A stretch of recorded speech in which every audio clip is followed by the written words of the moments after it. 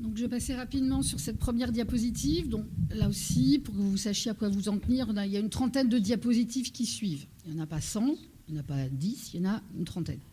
Donc, je vais passer rapidement. Cette démarche, comme l'a dit Madame Arnaud, est cadrée par le Code de l'urbanisme.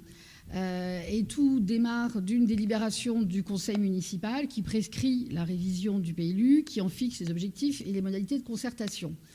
Autre élément de cadrage impératif dans la procédure de plan local d'urbanisme, là c'est un aspect que Madame le maire a évoqué, une commune n'a pas carte blanche pour élaborer son plan local d'urbanisme, elle doit tenir compte d'un certain nombre de documents cadres, dits de rang supérieur, qui s'imposent au contenu du PLU en termes de compatibilité. Donc ont été évoqués le schéma directeur de la région Île-de-France, qui est un grand document de planification à l'échelle de toute la région Île-de-France, le schéma régional de cohérence écologique, le plan de déplacement urbain, le schéma directeur d'aménagement et de gestion des eaux Seine-Normandie. Donc ces documents s'imposent en termes de compatibilité ou de prise en compte et brossent un des champs larges de l'aménagement du territoire. Le logement, la trame verte, la gestion de l'eau, les transports, la mobilité. Donc un PLU ne peut pas l'ignorer. Tout comme le PLU d'une commune ne peut pas ignorer quand il existe, et chez vous il existe, le programme local de l'habitat. Il a été établi à l'échelle de la communauté d'agglomération du Val-Parisis, donc programme local de l'habitat. Là aussi, c'est une procédure qui est encadrée, qui est aussi supervisée par les services de l'État. C'est un document de programmation à court terme, à 6 ans, de la répartition et des types de logements par commune. Donc, on le verra plus tard dans le diaporama, il y a un objectif de logement à réaliser sur le territoire de Beauchamp, à une échelle de temps courte, à 6 ans. Contrairement à l'échelle de temps du PLU, qui, elle, n'est pas fixée dans le temps. On ne dit pas le PLU, il sera périmé dans 5 ans, 10 ans, 9 ans, il y en a pour 20 ans. Non. La législation a beaucoup évolué et le PLU reste en l'état aussi longtemps qu'il est pertinent, qu'il est jugé pertinent par une collectivité pour encadrer ses permis de construire. Quand il faut l'ajuster, il y a des procédures simples de modification, il y a des procédures plus lourdes de révision, toujours avec de la concertation avec les habitants, plus ou moins importante en fonction des types de procédures. Mais voilà, le PLU peut évoluer et le PLU ne peut pas ignorer ces éléments qui figurent sur la partie droite de la diapositive. Tout comme la démarche ne peut pas faire l'impasse sur des échanges et des rencontres avec ce qu'on appelle les personnes publiques associées. Ce sont des services, des instances qui donnent un avis sur le contenu, la façon dont la collectivité envisage d'encadrer son développement. Donc il y a l'État, les services de l'État, donc en l'occurrence ils sont représentés par la direction des territoires, la région Île-de-France, le conseil départemental du Val d'Oise, Île-de-France Mobilité, qui avant s'appelait le STIF, la communauté d'agglomération de Val-Parisis, les communes voisines, et après les chambres consulaires, la chambre de commerce et d'industrie, la chambre des métiers, la chambre d'agriculture. Voilà, ce sont les principales. Donc, dans le travail d'élaboration, il y a 2-3 réunions où ils sont invités autour de la table, on présente l'avancement des travaux, ils émettent un avis comme ça autour de la table, des réactions à chaud, mais ils auront un avis formel sur le projet de PLU, écrit, rédigé, une fois que le travail sera proposé au service, tout comme à l'enquête publique, on y reviendra tout à l'heure, et ces avis écrits, vous pourrez les lire le moment venu à la rentrée prochaine. Et dernière chose aussi, le PLU, on a bien vu la mobilisation, la diversité des sujets que vous avez évoqués et qui ont été évoqués, parce qu'on parle de l'aménagement du territoire, c'est beaucoup de choses, l'aménagement du territoire, mais un plan local d'urbanisme, ça n'est pas tout. Ça n'est pas un produit miracle, ça n'est pas un plan de circulation, ça n'est pas des programmes de travaux, une programmation de travaux sur espace public. C'est un document qui a un seul usage, c'est encadrer les permis de construire. Encadrer les permis de construire. Il ne sert qu'à ça. Mais pourquoi il est dans son élaboration beaucoup plus large? C'est parce que depuis la loi Solidarité et Renouvellement Urbain de décembre 2000, pour décider d'un découpage en zone d'un territoire et de dire dans tel secteur on peut monter à R+4, ailleurs à R+2, là c'est de la zone agricole, et puis là ça va être un secteur à urbaniser. Pour dessiner ça, il faut que ça soit justifié par un principe global d'aménagement. C'est-à-dire avant la loi SRU, les plans de zonage, je ne vais pas dire que c'était à la tête du client, mais ça n'était pas justifié, ça pouvait être jugé arbitraire. Pourquoi mon terrain est constructible et celui du voisin, il ne l'est pas, voilà. Donc maintenant, il y a une logique d'ensemble qui est le projet d'aménagement et développement durable. On va en parler. Donc c'est bien, pour vous, la traduction, c'est instruire les permis de construire. C'est-à-dire que si, après le PLU, qui sera en vigueur au mois de janvier de l'année prochaine, il n'y avait aucun permis de construire qui sortent sur le territoire, et sur des territoires comme sur les vôtres, la plupart des permis de construire sont d'initiatives privées. S'il n'y avait aucune initiative et de nouveaux permis, rien ne changerait sous le soleil de Beauchamp. Alors, ça ne changerait pas le paysage. C'est s'il y a un permis, quand il y a un permis, je regarde ce que je peux faire sur mon terrain, c'est le contenu du programme local, du plan local d'urbanisme.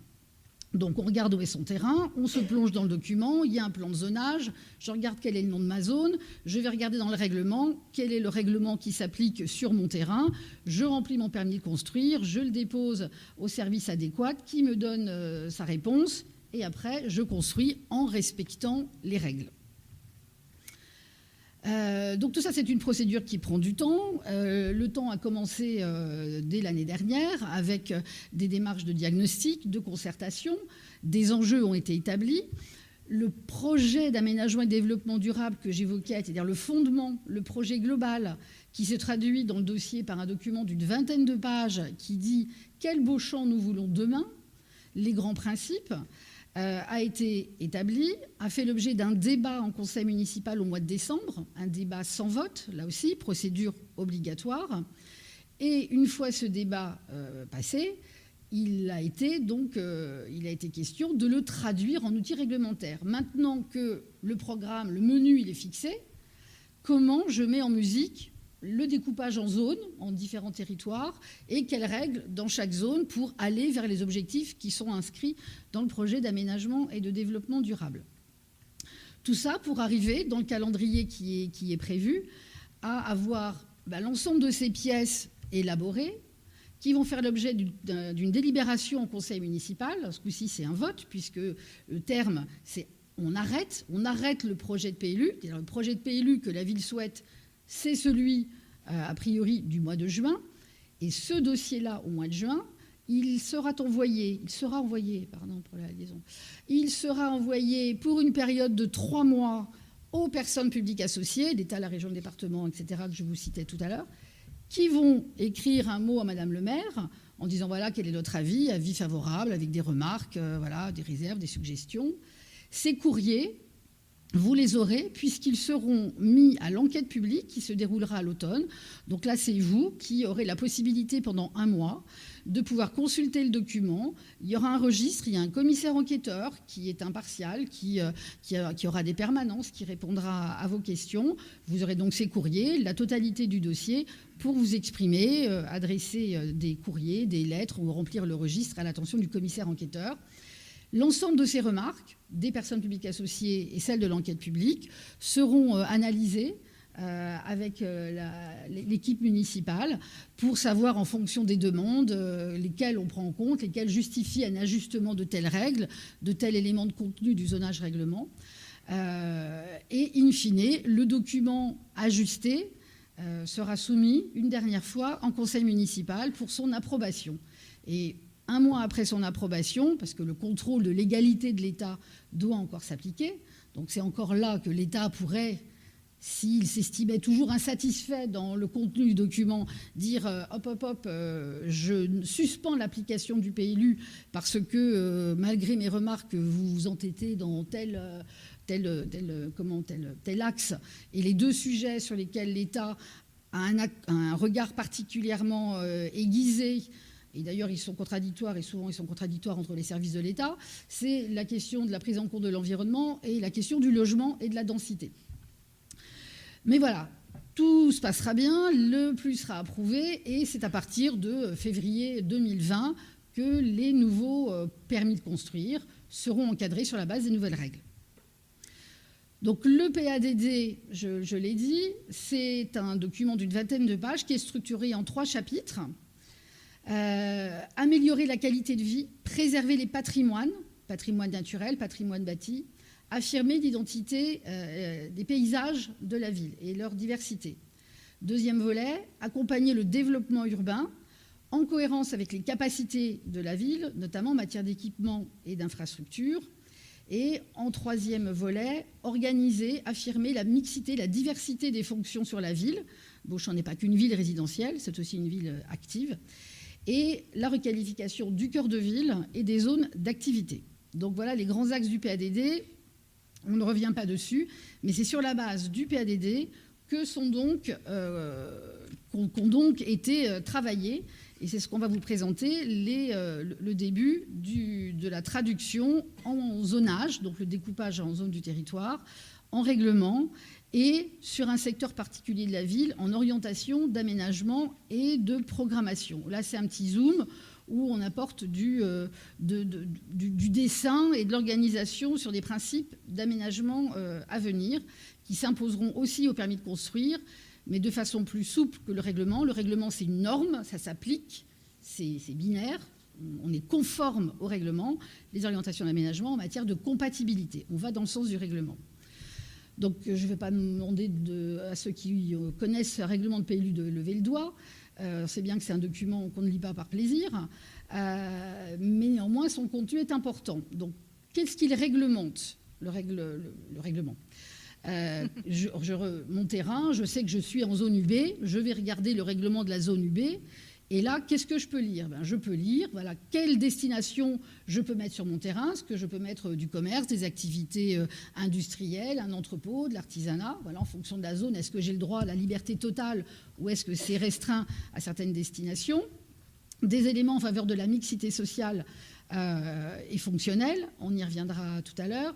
Comment j'implante ma construction par rapport à la voie, par rapport aux limites séparatives avec mes voisins? Quelle part de terrain j'ai le droit de recouvrir par du bâti, des annexes, des terrasses? Quelle est la hauteur maximale de ma construction? L'aspect extérieur, l'architecture, est-ce que j'ai des consignes sur, sur le qualitatif et son aspect extérieur? La protection des patrimoines, patrimoine bâti, patrimoine naturel. Quelles sont les obligations de traitement de mes espaces libres, ce qui n'est pas bâti? Est-ce que je dois le planter en espace vert, des arbres, etc. Les objectifs en matière de paysage, de continuité écologique, les obligations en matière de normes de stationnement, stationnement automobile, stationnement vélo, etc. Et enfin, en matière d'équipement et de réseau, les conditions d'accès voiture, de portail, la gestion des eaux pluviales et les conditions de desserte par les autres réseaux, l'assainissement notamment. Sur ces sujets-là, sur ces articles-là, donc le déroulé que vous aurez dans le nouveau PLU est différent de celui qui figure dans le PLU actuel, puisqu'entre-temps, une loi a réorganisé et a donné plus d'outils et plus d'articles. Il faut savoir que les sujets sur lesquels il y a eu les plus grandes évolutions en matière d'exigence de la loi quand on fabrique un PLU, c'est en matière de paysage, d'environnement, de gestion de l'eau et de mixité sociale. C'est les 4 sujets sur lesquels on se pose aujourd'hui forcément la question, alors qu'on se la posait pas du tout de la même façon il y a quelques années. Quelque chose aussi qui est important à dire, c'est que là, on n'est pas en train de donner les règles pour des champs de betteraves, on est dans une ville, il y a des constructions existantes. Dans chacune des zones, et pour bon nombre de règles, il y aura des règles de hauteur, d'emprise au sol, etc., qui vont concerner le cas où je construis une construction neuve, une maison neuve, là, qui va sortir de terre, et des règles et des souplesses qui vont me concerner si j'ai déjà ma maison, je veux faire des travaux d'extension. Il y a des souplesses, des dérogations, puisque forcément, le règlement 2019, la maison qui est là depuis 5, 10, 15, 20, 30 ans, elle ne le connaissait pas. Donc des souplesses pour avoir un peu de bon sens et faire au mieux pour gérer ces 2 types de projets, la construction neuve et l'extension et les travaux sur les maisons existantes. Et enfin, je disais que le règlement n'était pas tout. Les règlements de voirie, les règlements intercommunaux, départementaux d'assainissement sont aussi des pièces qui sont hors PLU, mais qui sont regardées par les services instructeurs au moment d'un dépôt de permis de construire.